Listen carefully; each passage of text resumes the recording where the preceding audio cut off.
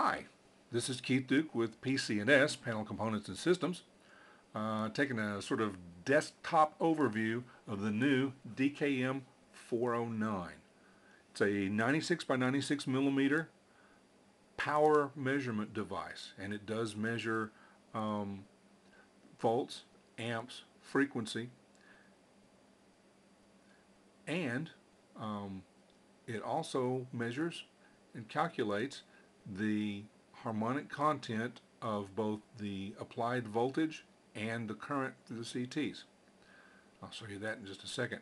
What you're seeing now is the power up screen. It comes up to a nice Datacom logo. If you want to customize this, the overlay can be customized as well as what comes up on power up. There's some quantities involved, of course, but it can be done. Then we look at the menus. We press the up button. First thing we look at is voltage line to line. Now, my application, I don't have any voltage attached to line 3. I have it wired with standard US single phase 3-wire, and you can see that your line 1 to 2, which would be your 224 voltage there. There's no voltage on line 3. And you can see that in the line to neutral measurements. The current, the power per phase, as well as the power factor, the kVAR per phase, power factor, the summation of power, reactive power, power factor, and a counter. Same thing with a different counter. Summation of real, apparent, and reactive power, as well as the power factor. The maximum of currents applied to the inputs, as well as the maximum of the power at the unit. Since I don't have anything connected to it, those are, pretty much zero. There are some user counters that can be configured internally to count with various things that you want to count, in addition to some math operations to control them. So you could have a directional counter or similar type of thing. Here's my system parameters set up. I've currently got the thing configured for a Modbus with 9600 baud and address number 2.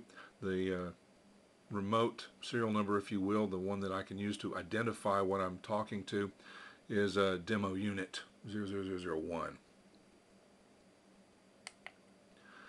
The time displays are kind of cool. This is essentially a scope meter, if you will, view of the AC power measurements that are coming in. You've got voltage 1, line to neutral, voltage 2, line to neutral, which is of course in the opposite phase given how I've got the thing wired. Voltage 3, which is not connected. Current 1, current 2, current 3, voltage line 1 to 2, voltage 3 to 1, 2 to 3, and back to V1. Now, interestingly, you can see all the things that are going on there. When you get into the harmonic displays, you can also look at all of the same harmonic content for all of those things. V1, V2, V3, current 1, current 2, current 3, voltage 1 to 2. Give it a second to clear out because it's got a lot of noise in the unconnected stuff. 3 to 1, 2 to 3, back to V1. Those parameters are all available for download over the Modbus port, so you can remotely access all of these with PLC or whatever, building measurement, that sort of thing. There's also a display of each harmonic content. As you can see, the power line here is reasonably clean.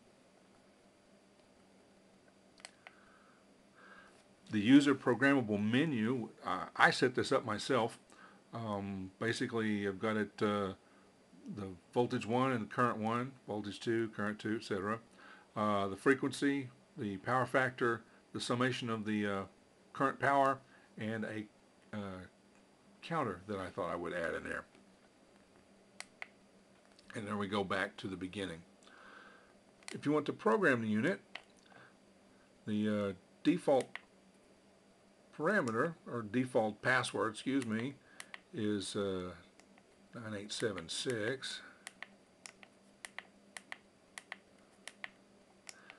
And that can be changed, of course. You can control the LCD contrast, the language, the Modbus address. There's where you change the password. Serial number is not the actual serial number of the unit, it's the serial number that will be reported when the unit is interrogated via Modbus. So it's more like a remote unit ID. User menu configuration was the display that I configured with volt 1, current 1, etc. The reference configuration lets you basically set your alarms.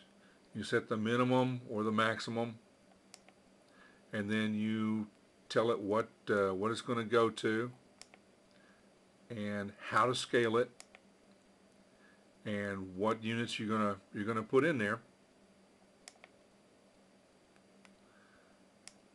Hold it for a long press. Say sure. And then you can assign it to whichever relay you want to send it to. There are actually 2 relays. Each relay has 2 values.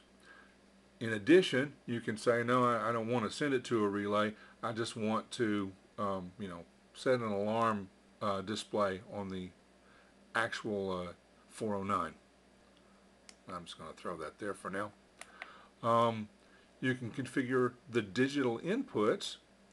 Now that's kind of cool because they can work from normally open or normally closed. And you can have them do a variety of things. Clear a counter, increment a counter, change it to a different counter, select one counter, clear an alarm, clear all alarms.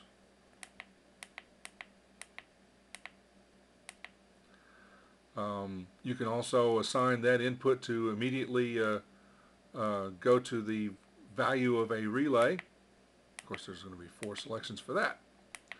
So there's lots of good stuff that you can do there. Put that down, increment counter, and there are the 4 user counters that you can access. You can also increment 2 at once.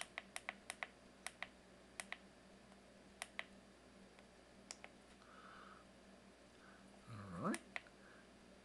The relays can be configured. Relay 1 or relay 2. In this case, I'm going to pick relay 1. Have an output for KWs, kVAR. Value 2 would be the relay value, 1 or 2, and then you pick which relay. You can OR the values, you can AND the values, you can exclusively OR the values, and you can invert the values, as well as NOR the values, and NAND. All right. Throw that up there. Every one has a time delay, which is programmable. You can clear the counters. You can clear the demand reset. You can set the time over current parameters, which are here. Let you tell the max current and the timeout value so that you can get a time over current set up and assign it to a relay.